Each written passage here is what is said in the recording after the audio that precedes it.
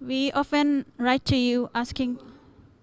for your valuable advice, opinions, or decisions on various matters. But what should we do if the letter carrying your valuable suggestions doesn't reach us within the stipulated time? Then, in that case, you should just do whatever you feel better or appropriate for you.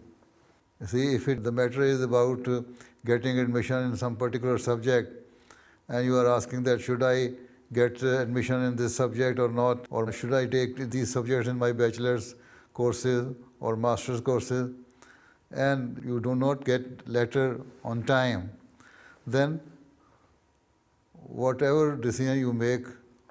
you should make it on your own and just get the admission instead of wasting time and waiting for my advice to come to you. And if you receive letter later on and my opinion or my advice is different from that of what you have selected or you have done, then don't worry, just write to me that since my letter reached late to you and the time was short, this is why you had already selected the subject and you are doing now this thing. So I will say, okay,